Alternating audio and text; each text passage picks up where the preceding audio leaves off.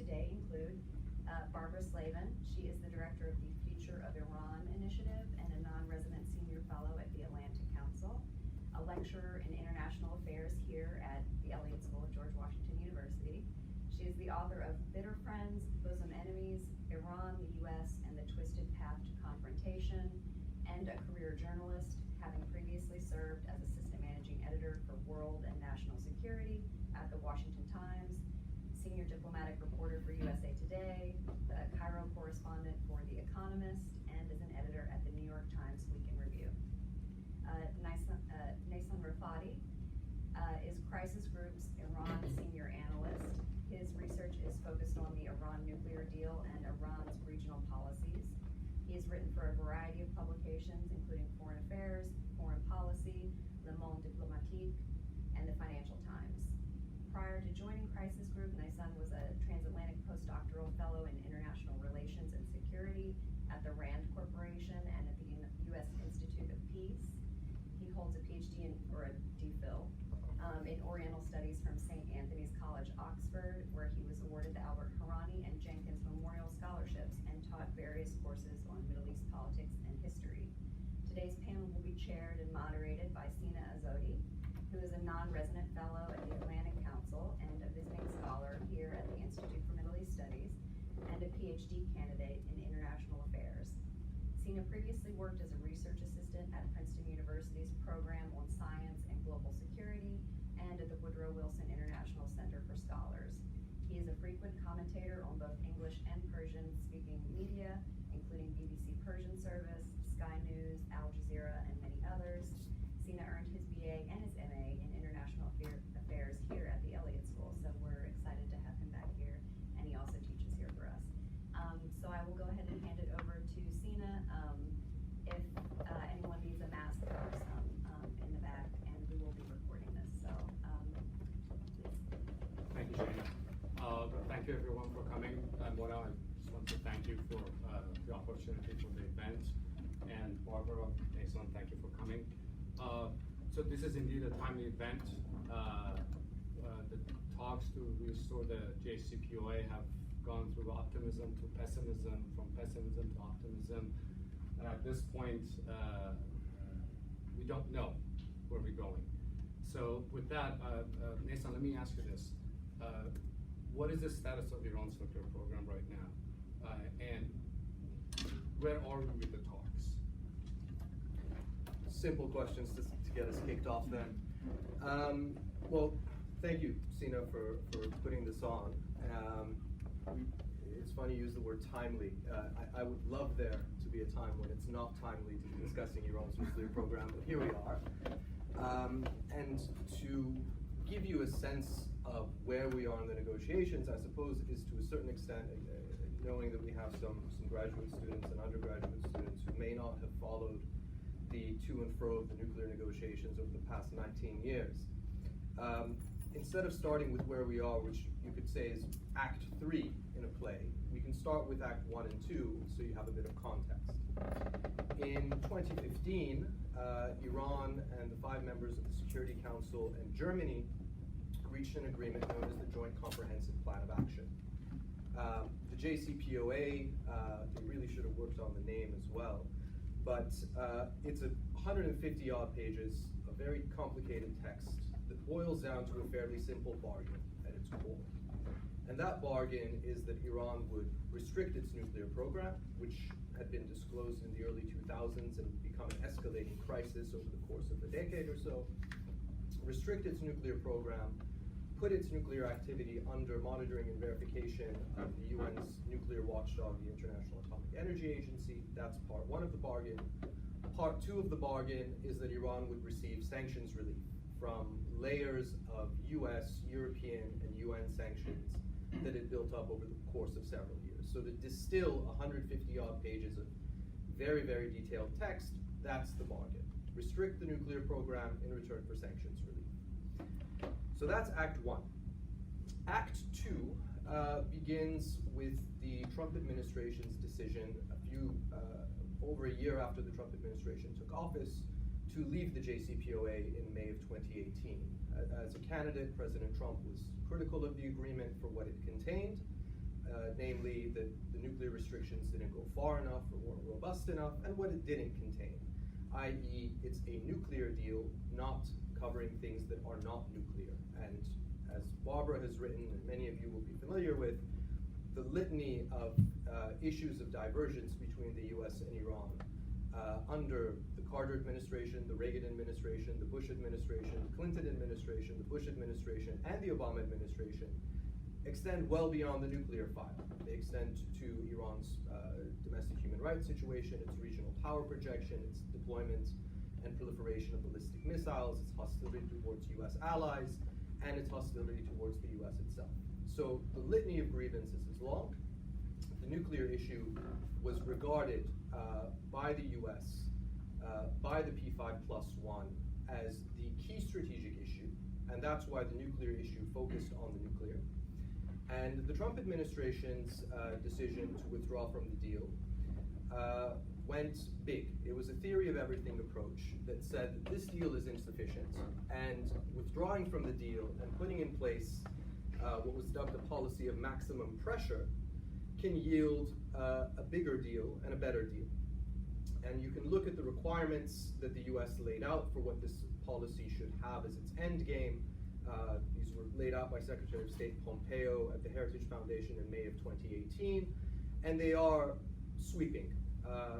Zero enrichment for Iran, ending its proliferation of ballistic missiles, curtailing its support for the Houthis in Yemen, stopping supporting paramilitary units in Iraq, drawing down on its support for the Assad regime in Syria, again curtailing its support and backing for Hezbollah in Lebanon, and stopping its military and financial assistance to Palestinian Islamic Jihad and Hamas, right? So that's the list, to which was later added human rights as well. So those were the ends, and the tools were the deployment of US unilateral sanctions, which were quite effective, especially in 2018 and 2019 when Iran went through 2 years of negative GDP growth.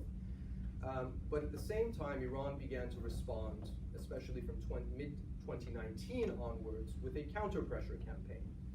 And that has as one element of it a nuclear escalation, starting to breach the terms of the nuclear agreement, because coming back to that core bargain, Iran's contested that, well, if we're not getting the sanctions relief that the JCPOA envisions, why should we comply with the nuclear provisions? And so beginning in 2019, they start to progressively breach the restrictions on how much uranium they can stockpile, how high they can enrich, how many centrifuges they can deploy. That's the nuclear side of it. And then on the regional side of it, we start to see a counter-pressure campaign manifesting through increased threats against US interests and US allies. For those of you who remember the summer of 2019, there were tankers blowing up in the Gulf, there were escalations between US and Iranian forces with a drone shoot down. There was the killing of Quds Force Commander Qasem Soleimani in January 2020, to which Iran responded by firing missiles at a US base in Iraq. And so by the end of the Trump administration, Iran's stockpiles have grown such that the breakout time, which is defined as the time of having sufficient fissile material for one weapon, had dropped from a year under the deal to around 3 to 4 months at the end of the Trump administration. And we'd had this track record of regional provocations and counter responses in a search for establishing deterrence. And that's Act 2. So then we get to Act 3, which is the Biden administration taking office and saying that its goal is to restore the JCPOA, come back into mutual US and Iranian compliance with the 2015 agreement. And that begins the process in Vienna that starts in April of last year. And in many ways, it's a very bizarre process, what we've had over the past year and a half. On the one hand, you're negotiating over a deal you've already agreed to, and you're trying to figure out how to re-enter it. Second oddity of it is that due to the Iranians' insistence, there are no US-Iran direct talks. Everything is ferried through intermediaries, through the E3 or the EU or the Russians or the Chinese. So you're negotiating over a deal that's already been negotiated. The two central protagonists aren't talking to each other, And after the start of Ukraine, even the E3 and the Russians have had much more limited discussions amongst themselves. So there are layers of oddity to this entire process. But I dash two forward. So these talks begin in April, and by June they've made a degree of progress, but Iran's elections are on the horizon, and the talks go into a major pause for 5 months as there's a transition in Tehran from the government of Hassan Rouhani, whose administration in the first term negotiated the deal, to the more conservative, hardline, whatever nomenclature you prefer, administration of President Raisi. And it's not until November of last year, so a gap of about 5 months, when the negotiations resume. And over the course of the negotiations that had happened between April and June, there have basically been 3 buckets of issues. 3 working groups have been convening in Vienna. One group was looking at sanctions. Which sanctions is the US putting on the table to take off? Because the Trump administration had restored JCPOA sanctions and expanded many of them. But the Biden administration's position was that not all of these sanctions necessarily come off. Not all of them are related to the nuclear issue. Some of them on human rights, for example, aren't going anywhere. So that was one working group. Let's talk about sanctions. Working group 2 was nuclear. What does Iran need to do to bring its nuclear program back into compliance? What do you do with the several tons of fissile material that it's accumulated that go beyond the JCPOA's cap? How do you account for all of these new centrifuges that it's brought online? Do you destroy them? Do you store them? Do you do something creative with them? Right? These are the technical questions of sanctions relief, nuclear rollback, and the third working group was sequencing. Who does what in what order? None of this happens with a snap of the fingers, right? Iran has a few tons of enriched uranium. It has to go somewhere. How do you do it? Does the US roll back sanctions first? Does Iran roll back its nuclear program first? All of these things are part of a very technical and convoluted dance that continued through the 7th round of negotiations, which was the first one that the Raisi team was engaging in. Didn't go terribly well. They come back in the 8th round, and things start to move a little bit more. By now, I'm talking about January and February, late February of this year. And by the end of March, I think it's fair to say that some people were preparing the white smoke at the hotel in Vienna where these negotiations are happening. It's nicknamed the Asparagus Palace. And we had actually started to draft a statement, a crisis group. One preparing for a contingency where the talks break down, and one where they succeeded. And we shelved both of them for reasons I'll come back to. But in the first days of March of this year, a technical text was essentially complete. The E3 negotiators, so that's the Brits, the Germans, and the French, basically packed their bags and left because their part was done. They had completed their end of the negotiations on the technical side, and it was down to a couple of minutiae, or everyone thought. And Iran was welcoming the IAEA Director General to talk about the issue of safeguards, which I'll come back to in a moment. So it's as a historian, I'm fascinated by when you can actually put your finger on a hinge moment where a process seems to apex and move with momentum going from one direction to the other direction. You can look at the 4th and 5th of March as that hinge point in these negotiations so far. The E3 say they're done, the text is nearly complete, the IAEA is in Tehran to negotiate a safeguards agreement, everything looks like it's in motion, to the point where the European Union was starting to issue invitations for the foreign ministers to come to Vienna and seal everything. That's also when everything starts to unravel. Literally the 4th and 5th of March. On the 5th of March, Russia's foreign minister, Sergei Lavrov, puts out a set of more sweeping sanctions relief demands, essentially asking for a cordon sanitaire of Russian-Iranian trade as the Ukraine war is picking up. The Western powers say there's no way we can address this.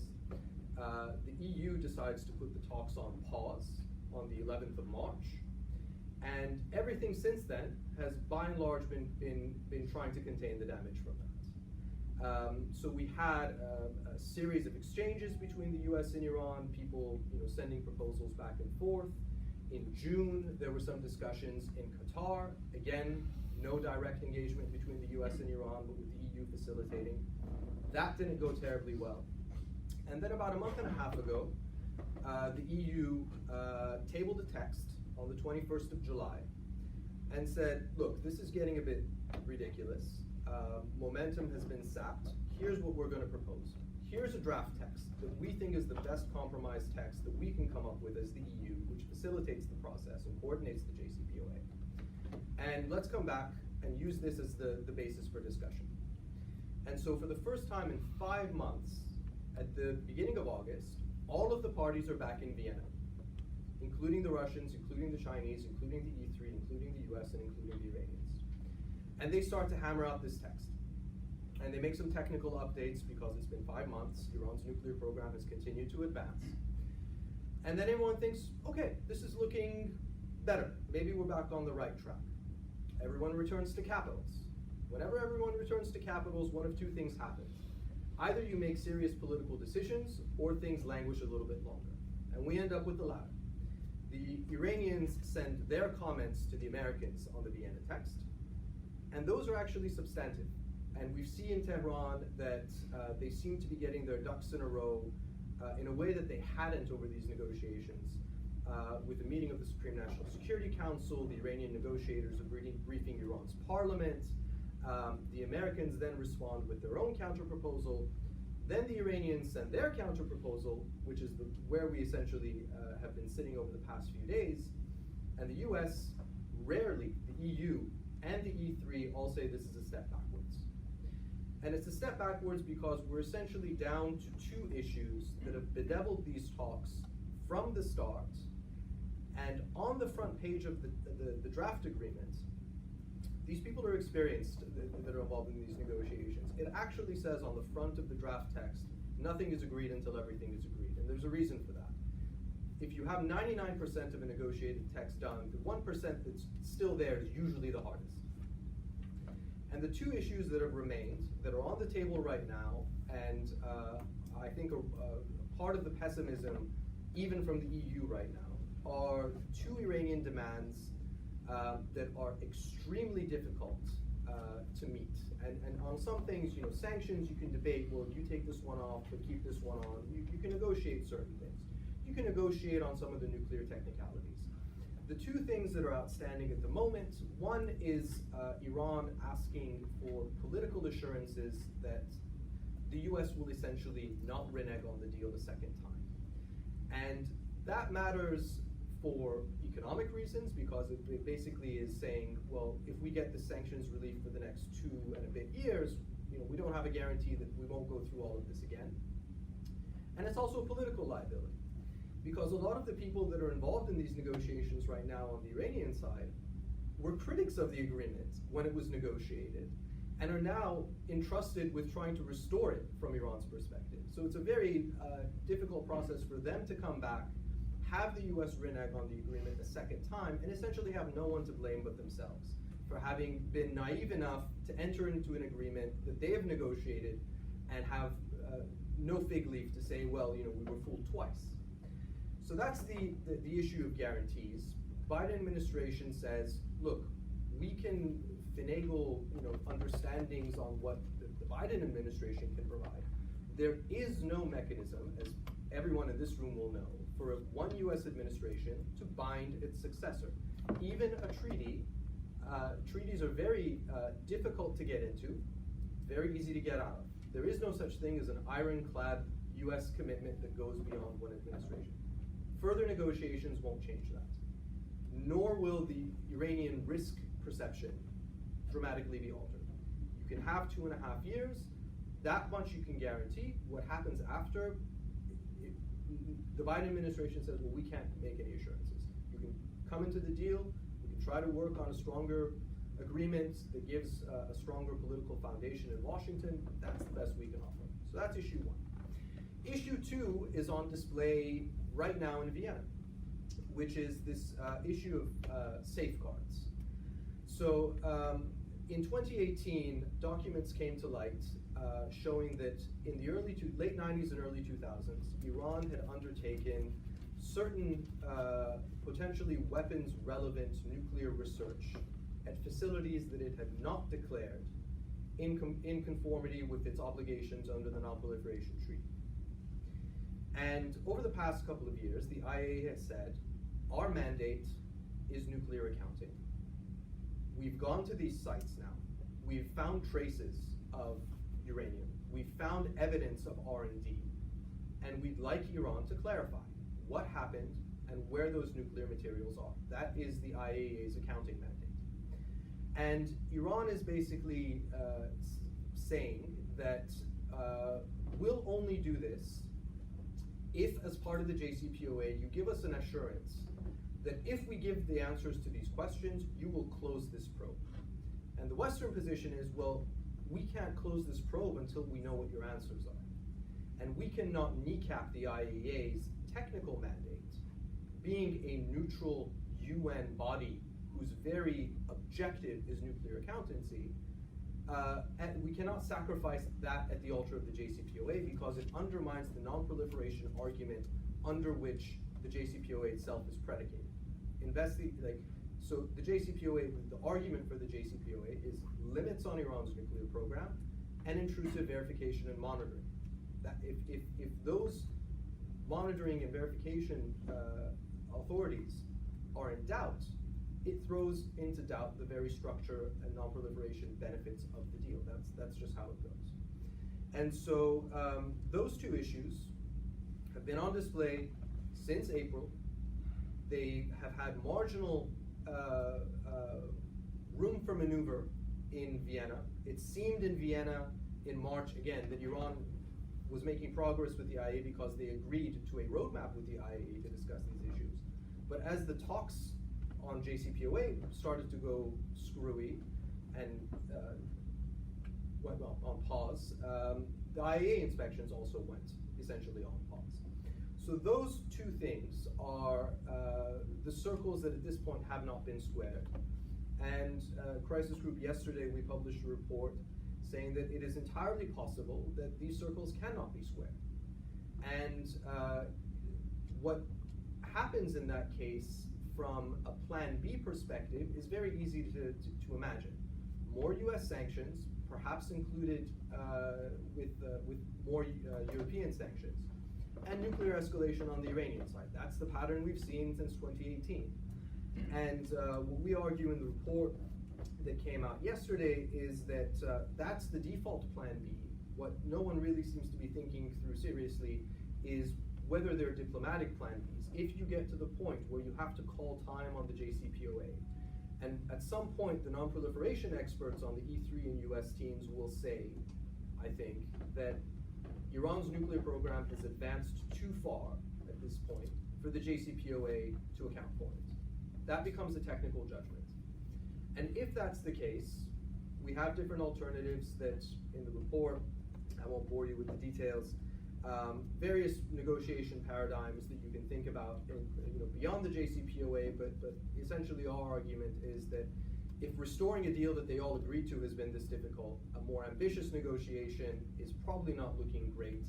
So perhaps the most feasible option, and again, there could be a deus ex machina that comes in and everything is resolved over the next few weeks, is to focus on more discrete arrangements that focus on limited non-proliferation measures in return for limited sanctions relief that at least caps the escalatory cycle.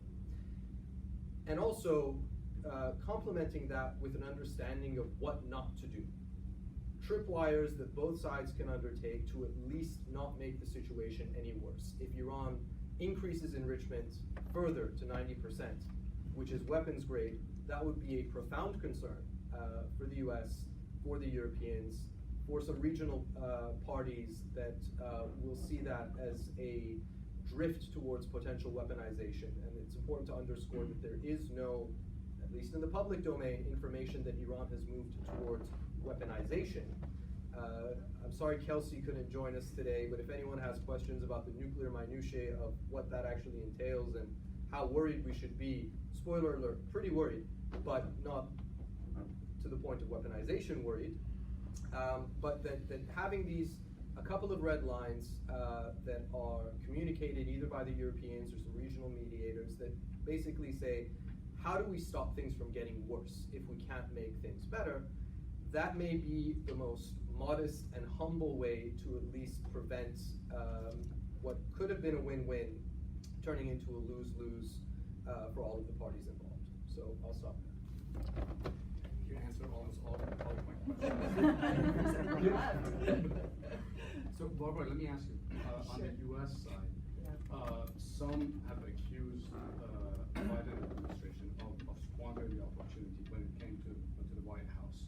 They said, well, you rejoined the Paris Agreement, you rejoined other agreements, why not the JCPOA, right? And that somehow Biden missed the opportunity. One, do you agree with it? Do you disagree with it?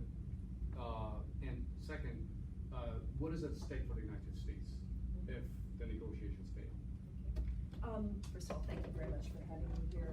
It's a pleasure to share this panel with two very experienced Iran watchers. You know, I think Biden did make a mistake at the beginning. I understand the reasons for it. He had a very, very narrow majority, in fact, no majority really, majority only with Kamala Harris in the Senate. And a lot of what we're seeing, I think, on both sides, both the Iranian side, but especially on the American side, comes down to domestic politics. So Biden knew that to get his cabinet nominees through the Senate, he needed all the Democrats to agree, at a minimum. And he was very worried about some of the more hawkish Democrats who opposed the JCPOA when it was first proposed back in 2015. He was especially worried about a guy named Bob Menendez, who was a senator from New Jersey, very hawkish on the issue of Iran, and an opponent, major opponent of the JCPOA. So to placate people like Bob Menendez, the Biden administration team, people like Jake Sullivan, came up with this idea of a longer and stronger JCPOA, which I've never liked the formulation, frankly. A little bit off color, but never mind. And they said, oh, you know, we're not just going to go back into the JCPOA, we're going to get something better. That was really stupid. It took 12 years to get to the JCPOA. If you look at the negotiations that began back in 2003 with the Europeans, when the Bush administration wouldn't deign to talk to the Iranians because demanded that they basically halt their nuclear program as a precondition just for talks. So it had taken all this time to finally get this deal. And here is Biden now saying, well, we want something better. I understand why they did it. There was another factor, and that is even though Rob Malley, our envoy on Iran, was appointed a week into the Biden administration term, we wanted to make sure that we didn't have the same problems we did under the Obama administration with various US allies and partners and regional friends feeling like they were being neglected. So Malley began this process of consultation, not just with the Europeans, which of course makes sense since they were our partners in negotiating the deal, but with Arab countries, with Israel especially. You know, God forbid that the US should do anything without the Israelis knowing about it first. So this took time, and it took time to get the nominees through the Senate, and that's why we didn't get talks until April, which of course wasted time because we had only April, May, not even really June, before the Iranian presidential elections, which brought in not just a bunch of hardliners, but a bunch of, as Naysan said, people who had virulently opposed the JCPOA back in 2015. It was like asking Mike Pompeo to negotiate the JCPOA in 2013, 14, and 15, people who opposed the deal. So it, you know, there wasn't time enough to get it together. And then it took the new government of Raisi a long time to get its act together, to appoint negotiators, to appear in Vienna to get the talks started again. So do I blame Biden? Yes and no. He was responding to the domestic political realities as he and his team saw it, and they thought somehow that Iran, and here may be a miscalculation, that Iran was so desperate for sanctions relief that it would come back and it wouldn't make a big fuss. Now, during this period, of course, I mean, Iran has been under sanctions of one sort or another for 40-odd years, let's face it. Iran has gotten very good at getting around sanctions, and it was already selling almost 1 million barrels of oil a day when the Trump administration ended. And that was enough. And it was especially enough after the Russians invaded Ukraine and the price of oil went up for Iran to get by. Now, not to thrive, but to survive. And the regime that is in power cares more about survival than the well-being of your average Iranian. This has always been true. There's also a lot of smuggling that goes on. A lot of people get very rich off sanctions, and that includes a lot of people who are part of the elite of the Iranian government. So why rock the boat for a deal that maybe will only be in effect for 2 years, 2.5 years at best, if the Republicans come back into power in the United States? So, I understand why the Iranians have hesitated, but they have adopted a particularly infuriating negotiating tactic, which our negotiators and the Europeans have complained bitterly about, which is they appear to settle an issue and then they walk it back. So it seemed that they had found a formula to satisfy the IAEA. Then they said, no, we want you to promise a date certain to end this probe, and it has to be coordinated with the implementation, the re-implementation of the JCPOA. So the US said, hell no, we're not going to do that, and the Europeans said no. And I'm reliably informed that the British and the Germans in particular are absolutely furious.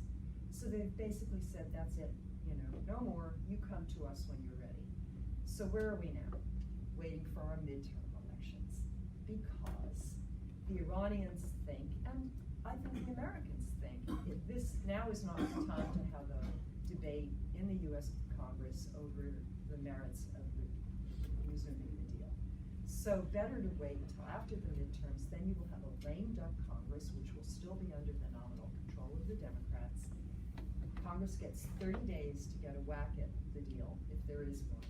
And most likely it would go through no problem, and then even if the Republicans take over the House of Representatives in January, you could still get the deal back. That's the most optimistic scenario now that I see, that after the midterms, the Iranians finally say, okay, we'll accept the draft that has been waiting since March. We'll come back in, and there we go. Will that happen? I learned long ago not to make predictions about what Iranian officials would do when it comes to these kinds of negotiations, and there are certainly plenty of people in the country who will be quite happy if nothing happens, in which case we wait till our next presidential elections before we have a return to negotiations. And the real concern, of course, is that the situation does not remain as is, but gets worse and worse and worse, and there is an incident. The Israelis decide that they feel like attacking this or that, killing some more Iranian scientists. The Iranians get lucky and kill a dissident in the United States, or kill some American service people in Syria or Iraq, and the whole thing just completely unravels. And then we are in a very bad state. So it's not a great place to be. One final thought, and that is just that, breakout, Naysan mentioned breakout. We are 4 days from breakout. Iran has, as of the last IAEA report, 55 kilograms of uranium enriched to 60%. In 4 days, they can turn that into enough for a single nuclear weapon, which is the definition of breakout. Why is everybody's hair not on fire? I mean, we were a year from breakout under the JCPOA, and the Israelis still said that wasn't good enough. Because we have so many other fish to fry. We have Ukraine, we have our problems with China. And, it's almost like it's become background noise. Oh, the Iranians are going to try to get a bomb. So what? It's really interesting to me that we don't have the sense of urgency and panic. And that the Israelis, at least their politicians, are still arguing against a return to the JCPOA, even though it would substantially roll back Iran's stockpile of low-enriched uranium into the year 2031, which still seems like a pretty good bet to me. But it is this peculiar nature of our relationship with Iran and our ability sometimes to hype small things out of all proportion and then go, oh, never mind, when there's something really to worry about. It's quite bizarre. Maybe it's just the way the human mind functions. I don't know. Thank you. Naysan, you kind of touched on it, but why so much delay? Barbara also mentioned, why is it Iranians are losing so much on potentially selling their oil? Why are they not signing off on a deal? Why is there so much back and forth? Why is that they say, oh, okay, well, we'll do something, and then they come back and say, by the way, we have another demand. Or the same demand we dropped. Or another demand. How's the domestic politics? Well, so I think you can look at that question and it may sound like I'm punting, but I'm going to echo some of the things that the head of MI5 said a few weeks ago. So I think he's got better intelligence than I do, and so I think it's okay if it's not entirely clear to me. But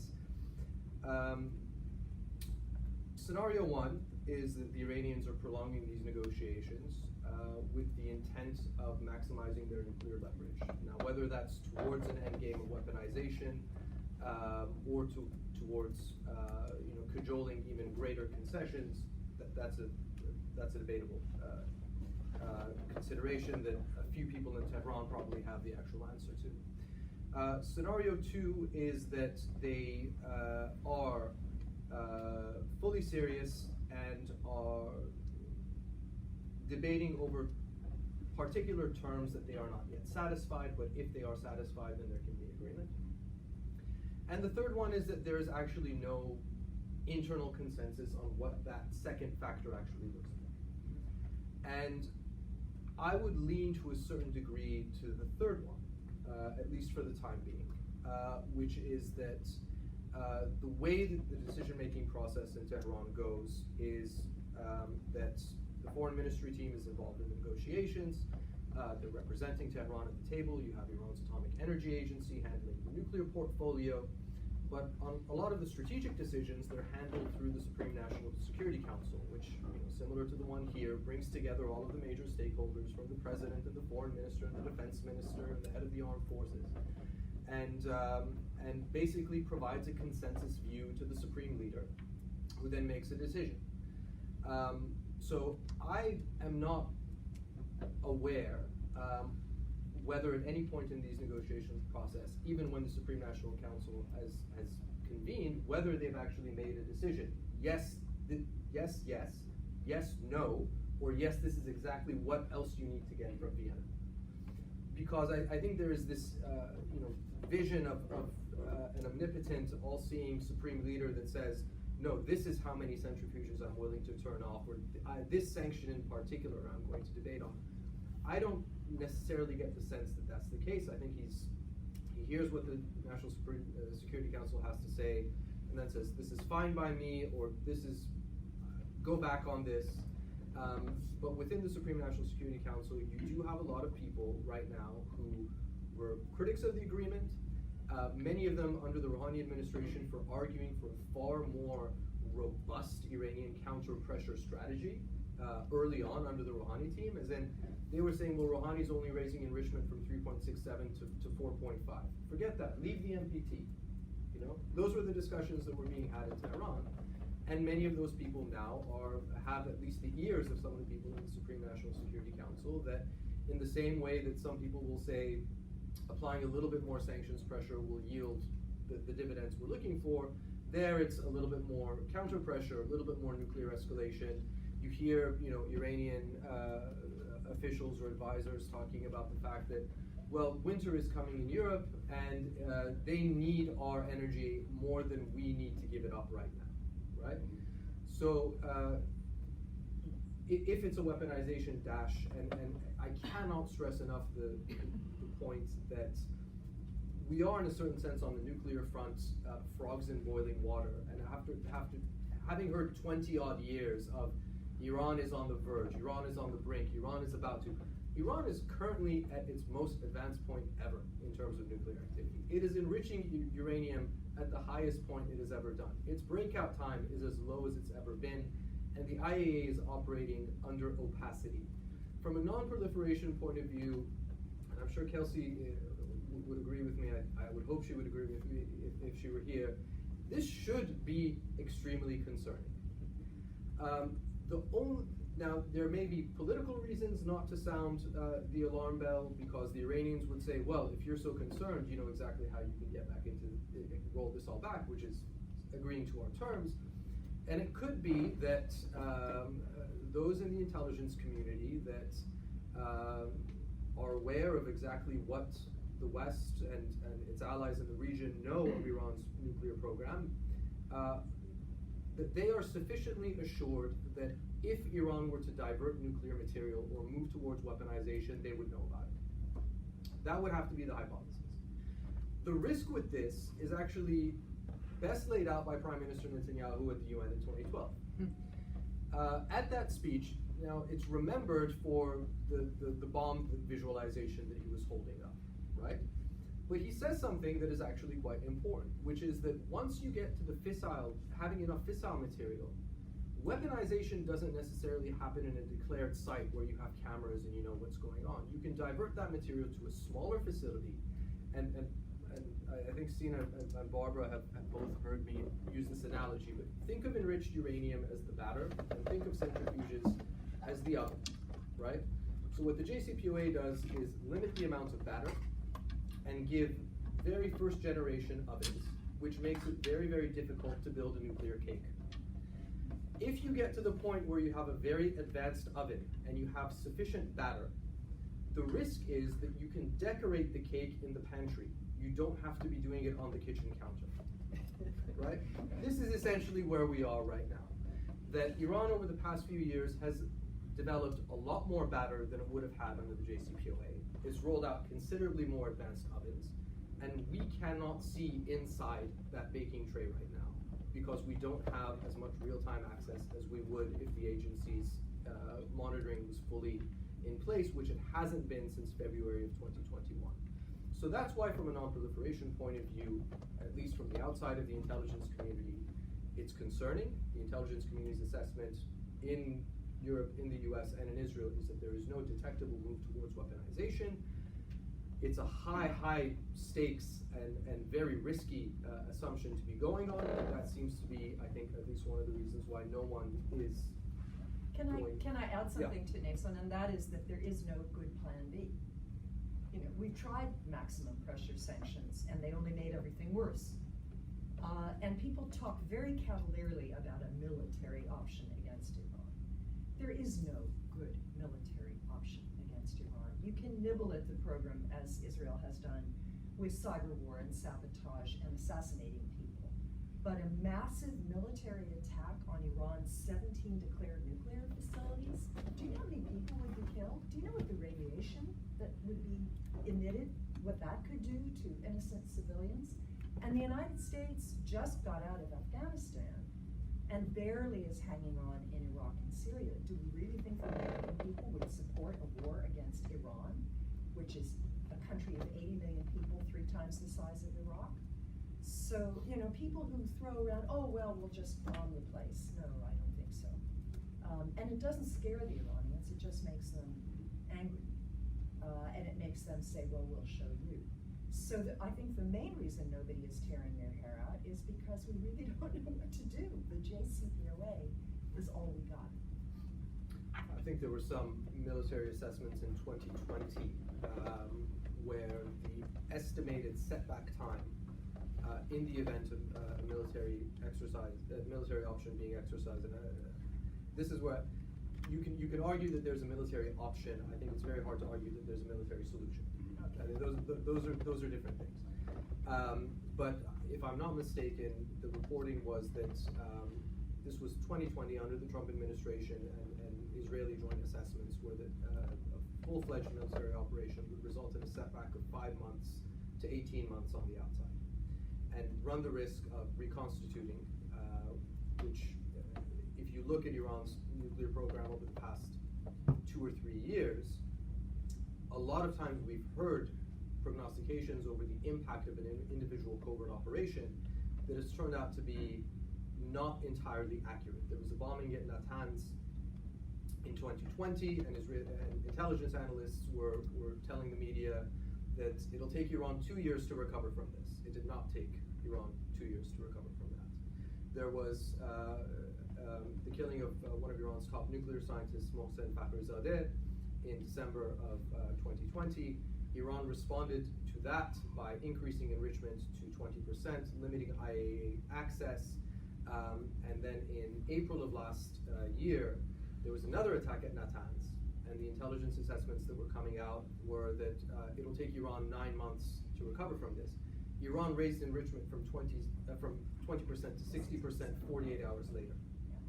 So if you look at the trend line of stockpiles and centrifuges, the very best you can argue is that covert options may result in some delays. Strategically, there has been nothing that verifiably restricts over a significant period of time the nuclear restrictions that were in the JCPOA, which at least through 2019, and this is vouched for by the Trump administration, Iran was complying with. Now, I have some more questions, but for the sake of time, I do want to go over some of the points that the critics of the agreement make, and there's plenty of it. And I want you, both of you, to respond and see what you think. And as one of my former professors said, let's unpack them, right? One is that JCPOA for sure will provide a pathway for Iran to develop a nuclear weapon. Is that a yay or nay? And please back up your arguments for both of you. Yeah, Iran has the slowest moving proliferation program in the history of nuclear energy. The United States began the program in the late 1950s under Atoms for Peace. If Iran really wanted a bomb, it would have one by now. So, the JCPOA, if it is restored, would prevent Iran from having sufficient fissile material for a weapon until the year 2031. How is that paving the way for a bomb? There is no highway here. Iran knows how to make it. It's easy for it to enrich to the proper levels. If it makes that political decision, it will do it. And the JCPOA was a way to at least park this issue for, at that time, 15 years, so that the United States and Iran could begin conversations about other issues. And it was also, let's face it, in anticipation that the Supreme Leader of Iran, Ayatollah Khamenei, would pass from the scene, and there might be new Iranian leaders that the U.S. could talk to about a variety of issues, that Iran might change its attitudes, its rejection of Israel's right to exist, its interventionist policy in the region, and so on and so forth. That was the idea behind it. It is not a pathway to a bomb. That's just nonsense. That's propaganda. So let me start with a bit of context, right? Because we used to hear that line a lot in 2015. And at the time of the JCPOA, there were a lot of criticisms of it.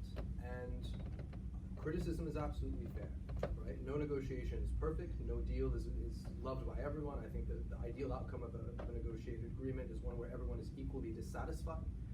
But the position change that the JCPOA acknowledged was that the goal of Iran having zero enrichment, which had been the initial negotiating position and something that had come up in several UN Security Council resolutions, etc., the position was Iran should have zero enrichment. And as long as that was the position, Iran increased enrichment. What the JCPOA did, and this was one of the key things that unblocked the path to a deal in 2015, was that it said you can have a limited degree of enrichment, it's going to be restricted, and over time it can phase out some of the restrictions. So I think that you can say that it's paving the path in the sense that it's conceding the fact that Iran can do anything on the enrichment front. But that's to a certain degree a concession to reality. That if you look at 2006, 7, 8, 9, 10, 11, 12, 13, when the interim agreement was signed, Iran was just building up. Zero became further away. And then you get to 2018 and the decision to withdraw. I don't regard the JCPOA's divinely revealed text.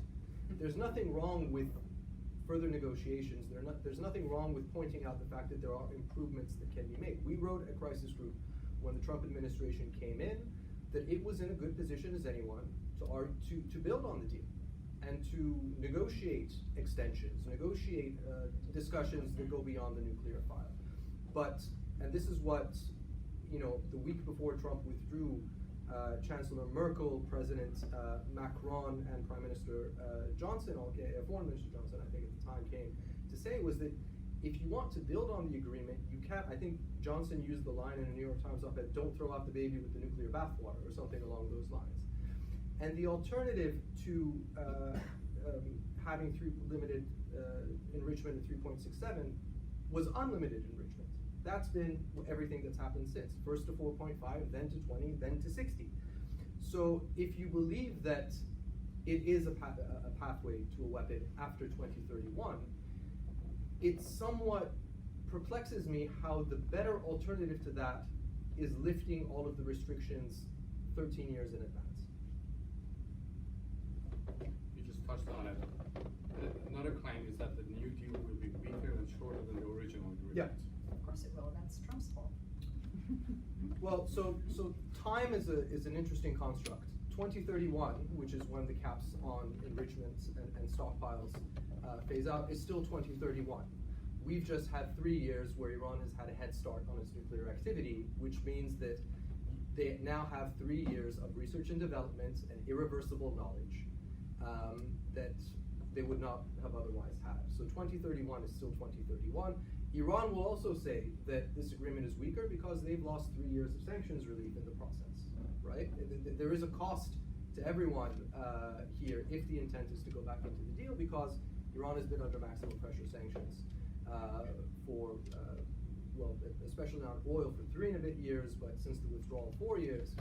And in the meantime, and this is one of the reasons why the delays in negotiating the deal make the technical text so much more complicated, is that negotiations stalemate. Iran's nuclear program does not. Iran's nuclear program continues to expand on a day-by-day basis. Every day that goes by is another day where Iranian nuclear scientists are working with advanced centrifuges, rolling out much more powerful machines that under the deal would currently be prohibited, and getting know-how. That's one of the reasons, I think, why the E3 in particular and the US see these delays as potentially a red herring from Iran to continue these R&D activities with who knows what ends. But on shorter and weaker, 2031 is still 2031. We're just 4 years on. And weaker is essentially accounting for the advances that it's made in the interim.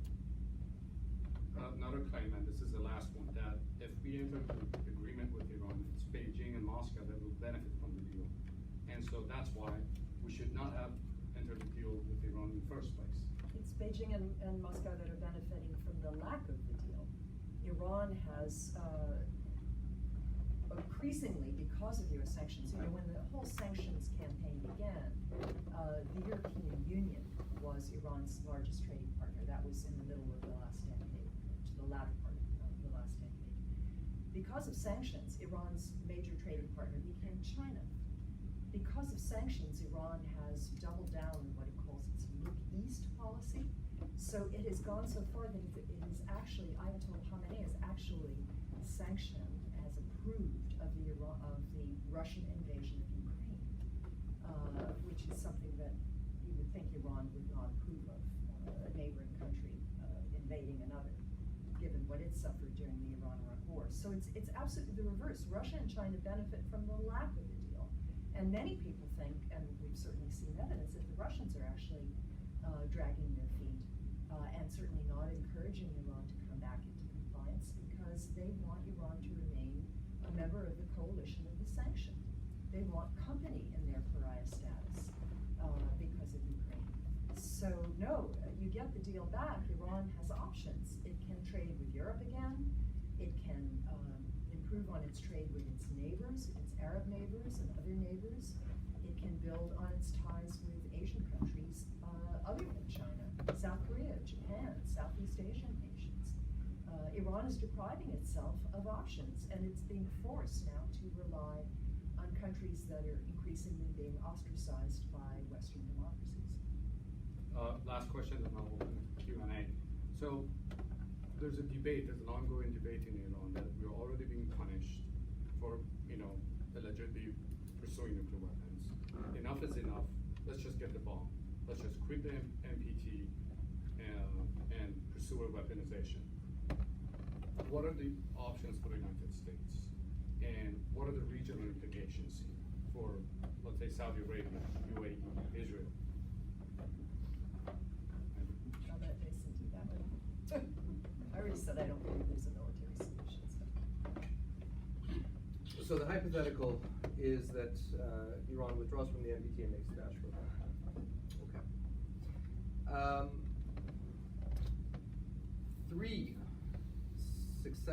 Four successive U.S. presidents, Bush, Obama, Trump, and Biden, have all said that the acquisition by Iran of a nuclear weapon is a strategic threat, and it will not happen on their watch. So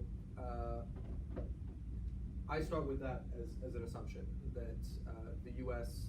under this president, I would guess under any president, would essentially have three choices. One is to accept it. I don't think that's on the cards. One is to try to destroy it, which, as we've alluded to before, is an imperfect solution. And the other one is to negotiate. Now, I think that if we continue this hypothesis and say that Iran is not going to go with the declare, it's not we are leaving the NPT and therefore this is what we're going to do. It's that they divert fissile material that we don't know about right now, and at some point just say, oh, P.S. we've achieved a nuclear weapon. So that makes it too late to address militarily. Clearly you can't ignore. And there I think the regional consequences are quite concerning, because I think at that point some of Iran's regional rivals would look at this as something that they may have to check in their own capacity. And I think that the reason four successive US administrations have made this such a point is not necessarily that Iran would, you have three options essentially, right? If Iran were to have a weapon, it would do one of three things, three concerns. One is that it would use it, which obviously would be quite suicidal in many ways. The other one is that it would use it as an umbrella to expand on the activities which the US and its allies view with concern, and basically have the nuclear deterrent as we can get away with more right now because if you retaliate, we have the ultimate response. And the third one is the proliferation to regional proxies. So all of these scenarios are bad. And I think that's why I don't question when President Biden is asked, as his predecessors have been asked, are all options on the table? I think all options are on the table, even with the proviso that it is an imperfect option. But I think it's also thinking through how awful these consequences are that you start to realize why the negotiations on the nuclear deal have been triaged over all of these other concerns, right? Because one of the issues is, why doesn't the deal cover everything else, right? And the issue is that the nuclear one is, we talk about weapons grade, nuclear, it makes everything else much more difficult to address. There's a reason, the nuclear one, it rises to the top in the hierarchy of concerns. And in negotiations, you're balancing a hierarchy of concerns about a menu of opportunities. The nuclear deal was, this is the concern, this is the opportunity we have to reach an agreement, ergo JCPOA. The Trump administration, I think, still prioritized the nuclear deal, but it said, no, with theory of everything, you can address all of them. The opportunity never came. And I think the Biden administration has basically reverted to the triage approach of the Obama administration, which is that this issue stands above all else. And that, I think if you asked a Biden official, what are your concerns about Iran? They would give you an identical list to the Trump administration, probably expanded. UAVs, ballistic missiles, proxy groups, human rights, right? All of those are concerns because those, again, as I said at the start, have been concerns since Carter, et cetera, et cetera, et cetera. It's the nuclear one that stands above all of these because of the strategic implications for what it would do for Iran's power projection, for the instability that it could cause in terms of regional non-proliferation cascade, and all of the other concerns that everyone's heard ad nauseum. So the JCPOA isn't a silver bullet, and I cannot stress this enough. It's not a peace deal among friends. It's an arms control agreement among adversaries. That's what the JCPOA is. It's not that suddenly the U.S. and Iran will become, aligned on a range of issues, even though every one of the presidents I've mentioned has at one point or another had tactical engagement with the U.S. Carter on hostages, Reagan in Iran-Contra, Bush on hostages, Clinton on the short-lived détente in the late 90s, Bush on Afghanistan, Obama on JCPOA. Trump is actually the exception in that there were very, very few even tactical engagements. But a few hostages released. A few hostages released, yes, that's absolutely right. But that's, I think, the fundamental thing to bear in mind is that it's an arms control agreement, and arms control agreement has risen to the hierarchy of concerns because of the threat it would represent to U.S. interests, but also in particular to U.S. allies. Great, thank you. Yeah, so I'm going to open it to discussion. If you have a question, raise your hand, introduce yourself. Ma'am, go ahead. My name's Molly Grace. I'm in the MAIA program. A while back, I read an article, I think it's called Bringing the Bomb Out of the Basement, and it kind of talked about Israel possibly loosening their grip on nuclear ambiguity and ensuring the non-proliferation regime. Yeah. Do you think, how do you think that would change, or is that would change, or is that whatever happened? Can I take over? One of the things, Israel always goes, oh, Iran is an existential threat to us. Well, Israel has at least 90 nuclear weapons, according to SIPRI, the Swedish Institute for Peace Research. So Israel is an existential threat to Iran, not the other way around. But nobody ever talks about it. Why? Because Israel never joined the NPT.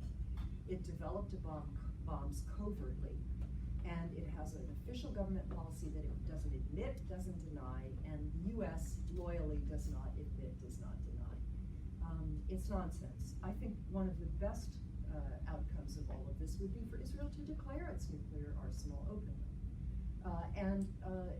and talk about a negotiation, talk about a change of attitude toward Iran and vice versa.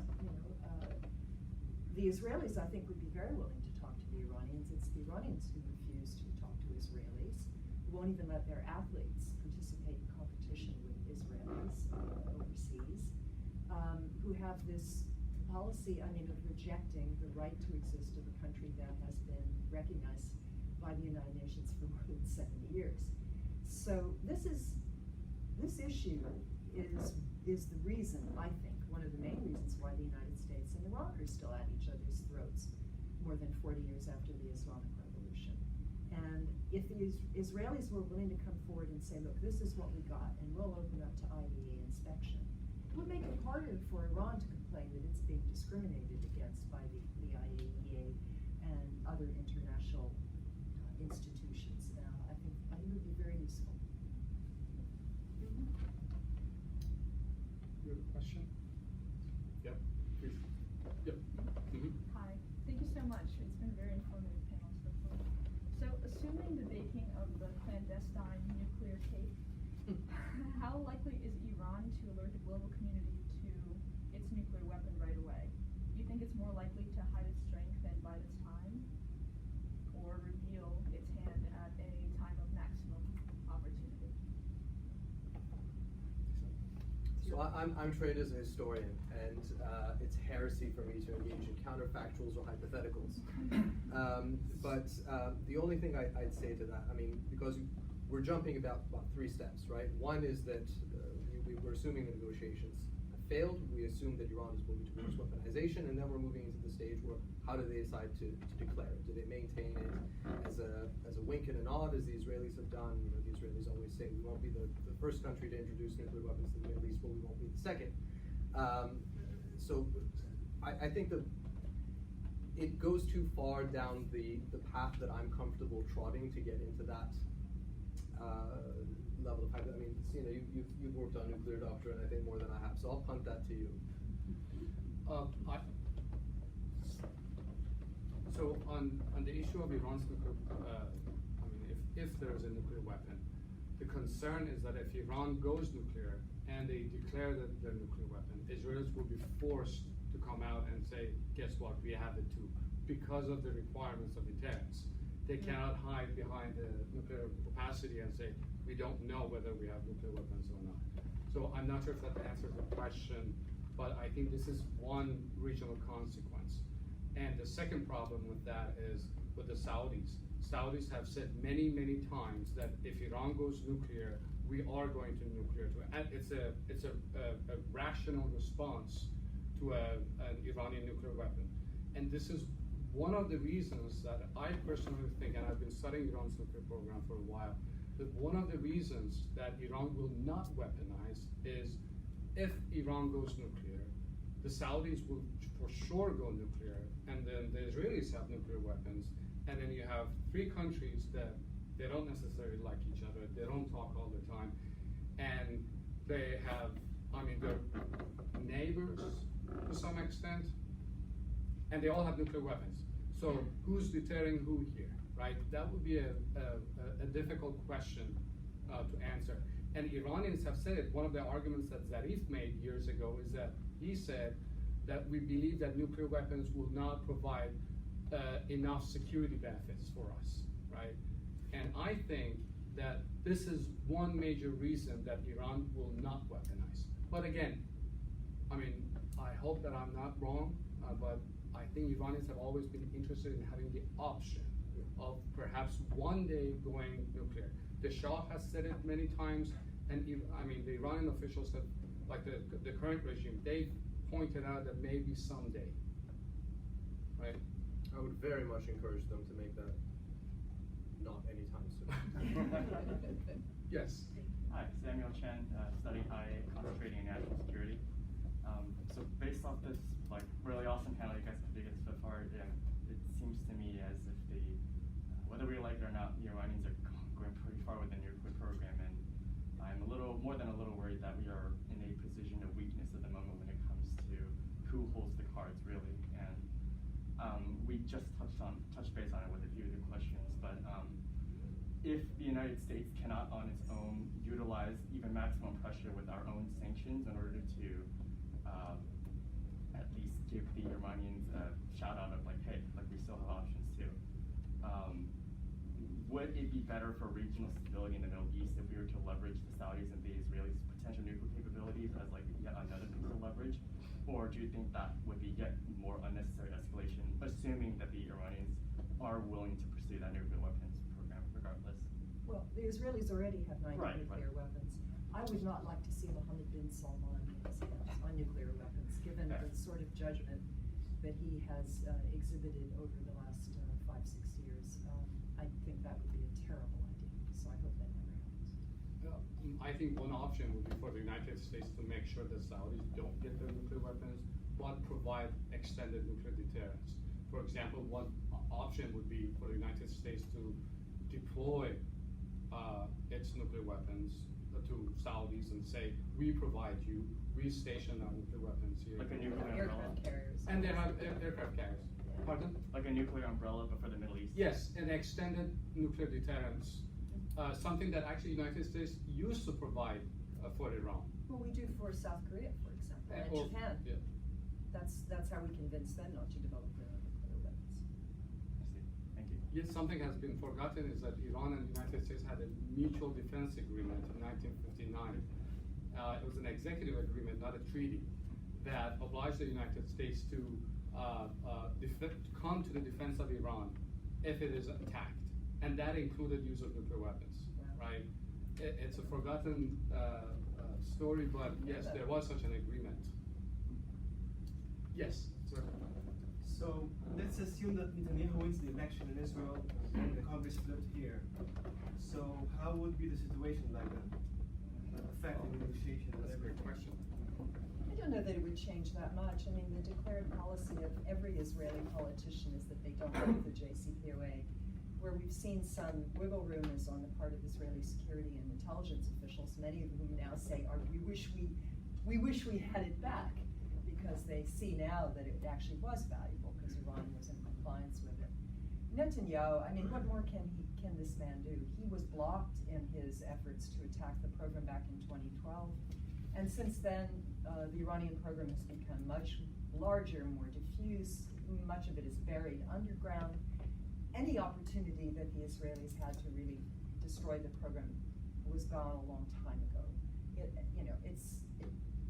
It would just give Iran an incentive to actually reconstitute the program. So I think I can't imagine what more Bibi can do. He's really shot his wad on this issue. He helped convince Trump to quit the deal. That's on him.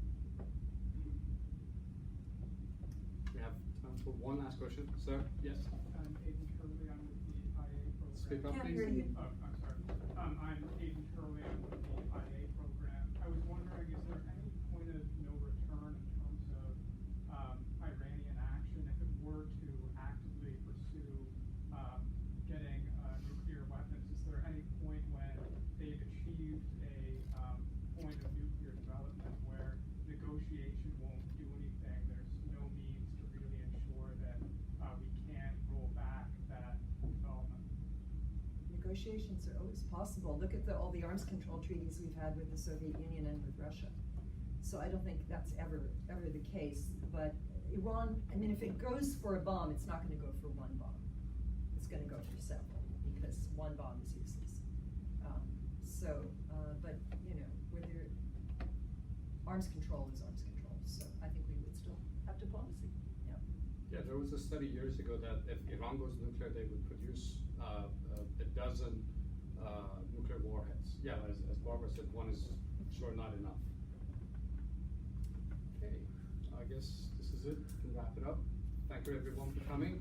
Appreciate it.